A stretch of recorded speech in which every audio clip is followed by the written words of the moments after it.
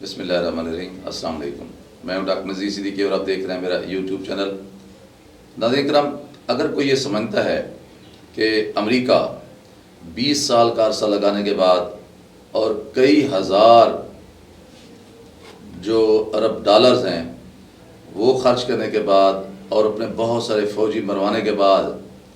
شکست لے کر افغانستان سے آرام سے چلا جائے گا، تو یہ اس کی خام خیالی ہے۔ ظاہر ہے امریکہ آج کی سب سے بڑی سپر پاور ہے اور اسے مغربی ممالک کی حمایت بھی حاصل ہے، نیٹو اتحاد بھی اس کی زیر پر سرپرستی چلتا ہے۔ ظاہر ہے وہ روس کو بھی توڑ چکا ہے۔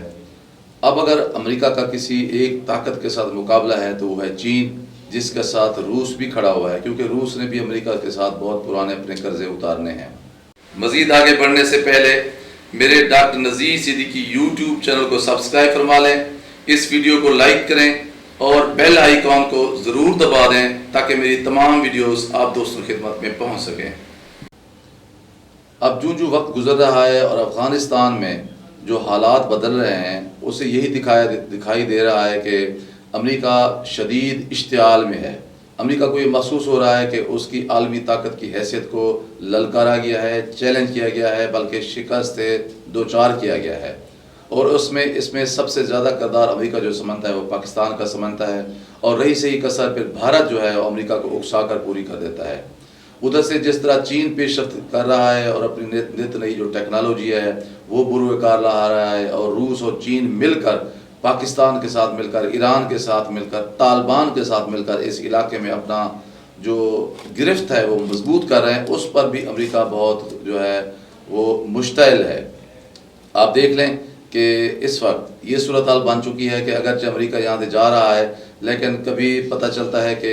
بھارت کی جو ہے کمانڈوز وہ افغانستان پہنچ چکے ہیں، کبھی پتہ چلتا ہے کہ قندھار میں لڑائی ہو رہی ہے، کبھی افغانستان کے جو سفیر ہیں پاکستان میں ان کی بیٹی کے اغوا کا ڈرامہ رچایا جا رہا ہے، اور پھر اس کی آڑ لے کر افغانستان کا جو عملہ ہے پاکستان کے اندر سفارتی، اس کو واپس بلا لیا جاتا ہے تاکہ پاکستان کو ہر لحاظ سے بدنام کیا جا سکے۔ دھاسو ڈیم میں جو واقعہ ہوا ہے اس پر جو آپ ساری جو تحقیق ہے، جو اشارے، جو انگلیاں اٹھ رہی ہیں، وہ ساری کے ساری یا تو امریکہ کی طرف جا رہی ہیں یا پھر بھارت کی طرف جا رہی ہیں، جس کا ایک ہی مقصد تھا کہ کسی نہ کسی حوالے سے سی پیک کو روکا جائے اور اس دھاسو ڈیم کو، کیونکہ بھارت کی ہمیشہ یہ خواہش رہی ہے کہ پاکستان کو پانی کی کمی کا شکار کر کے اسے جو ہے وہ جو خوشحالی سے محروم رکھا جائے، اور پھر کوشش یہ کی جا رہی ہے کہ کسی نہ کسی طرح یہ سارے منصوبے رک جائیں۔ لیکن مقام شکر ہے کہ چینی کمپنی نے تو یہ کام روک دیا تھا، لیکن پھر چینی حکومت نے مداخلت کی اور یہ پھر کام دھاسو ڈیم کا شروع ہو چکا ہے۔ لیکن جو انویسٹیگیشن ہو رہی ہے اس میں یہی سامنے باتیں آ رہی ہیں کہ اس میں براہ راست امریکہ جو ہے وہ ملوث ہے۔ ادھر چین اور بھارت کے درمیان بھی اب دن بدن جو ہے وہ لڑائی کے امکانات بڑھ رہے ہیں، اور لداخ میں چین کافی تیزی سے پیش رفت کر رہا ہے بھارت کے اگینسٹ، کیونکہ وہ سمجھتا ہے کہ دھاسو ڈیم کے حوالے سے یا افغانستان کے حوالے سے یا پاکستان کو نقصان پہنچانے کے حوالے سے یا سی پیک کو آئے روز کسی نہ کسی حوالے سے نشانہ بنانے کی صورت میں چین بھارت بہت زیادہ جو ہے وہ مشتعل ہے اور ناراض ہے۔ لیکن بہرحال جو بھی صورتحال بن رہی ہے اس میں یہی ہے کہ ابھی حال ہی میں جس طرح شنگھائی تعاون تنظیم کونسل اجلاس میں دیکھا گیا ہے کہ پاکستان، روس، چین اور یہ ایک طرف کھڑے ہوئے تھے، اور ان کے ساتھ سنٹرل ایشیائی ممالک بھی ان کے ساتھ تھے، جبکہ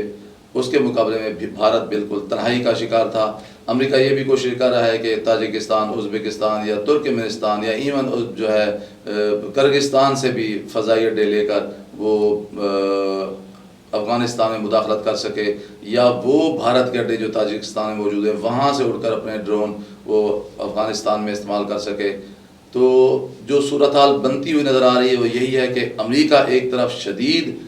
فرسٹریشن کا شکار ہے، مایوسی کا شکار ہے، اور وہ اس بات کا فیصلہ کر کے بیٹھا ہوا ہے کہ اس نے نہ صرف عمران خان، پاکستان کی افواج، بلکہ ریاست پاکستان کو ہر صورت میں نقصان پہنچانا ہے، اور اس کا جو پپٹ ہے، جو اس کا مین مہرہ ہے وہ ہے بھارت کیونکہ خود انتہائی پریشانی کے عالم میں ہے۔ بھارت نے تقریباً 3-4 ارب ڈالر کی جو سرمایہ کاری کی تھی افغانستان میں وہ ڈوب رہی ہے، بھلے وہ افغانستان کی پارلیمنٹ ہو، چاہے وہاں اس نے ڈیم بنائے ہوں، چاہے اس نے داعش، BLA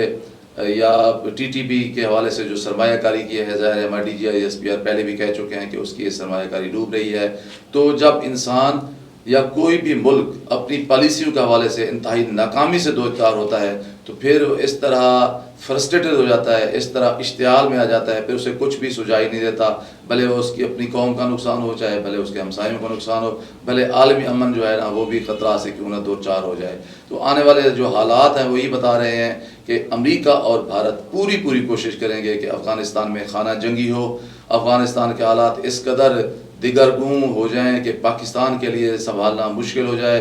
ہر ناکامی کے لیے امریکہ پاکستان کو الزام دے رہا ہے، حالانکہ پاکستان کے خلاف وہاں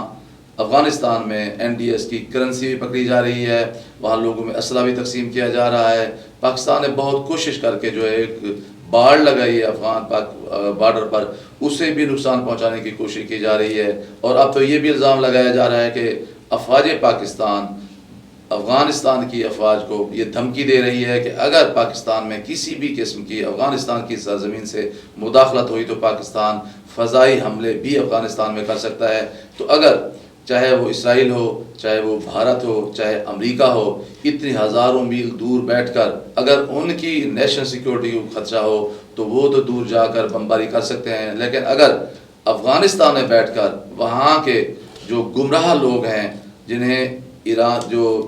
بھارت کی بھی شے حاصل ہے، جسے سی آئی اے بھی سپورٹ کر رہی ہے، راہ بھی کر رہی ہے، اگر وہ پاکستان پر حملہ آور ہوں گے اور ہمارے جسد قومی کو جو ہے وہ زخم خوردہ کریں گے تو یقیناً پاکستان یہ بھی حق رکھتا ہے کہ وہ اپنے دفاع کے لیے کسی بھی حد تک جا سکتا ہے۔ اور یہ پہلی بار نہیں ہو رہا، پاکستان پہلے بھی کئی مرتبہ افغانستان کے اندر جا کر ان لوگوں کو، ان عناصر کو، ان پاکستان دشمن قوتوں کو کیفر قدہ تک پہنچا چکا ہے جو پاکستان پر ماضی میں حملہ آور ہوتی رہی ہے یا حملہ آور ہونے کی کوشش کرتے رہی ہے۔ لیکن ایک بات طے ہے کہ افغانستان کے صورتحال جو ہے وہ ہر روز دن گزرنے کے ساتھ ساتھ مزید خراب ہو رہی ہے۔ اس لیے اب وقت آ گیا کہ پاکستانی قوم اتحاد اور یکجہتی کے ساتھ، پوری طاقت کے ساتھ اپنی افواج کے پیچھے کھڑی ہو جائیں تاکہ ہم آنے والے چیلنجوں کا بات طریقے احسن مقابلہ کر سکیں۔ ناظرین کرام، آپ سے گزارش ہے کہ میرے YouTube channel doctor Nazir Siddiqui کو سبسکرائب فرمائیں، اس ویڈیو کو زیادہ سے زیادہ شیئر کریں، گھنٹی کے بٹن کو ضرور دبا دیا کریں تاکہ میری تمام ویڈیوز آپ دوستوں کی خدمت میں پہنچ سکیں۔ اگلے ویلاگ تک اجازت، السلام علیکم۔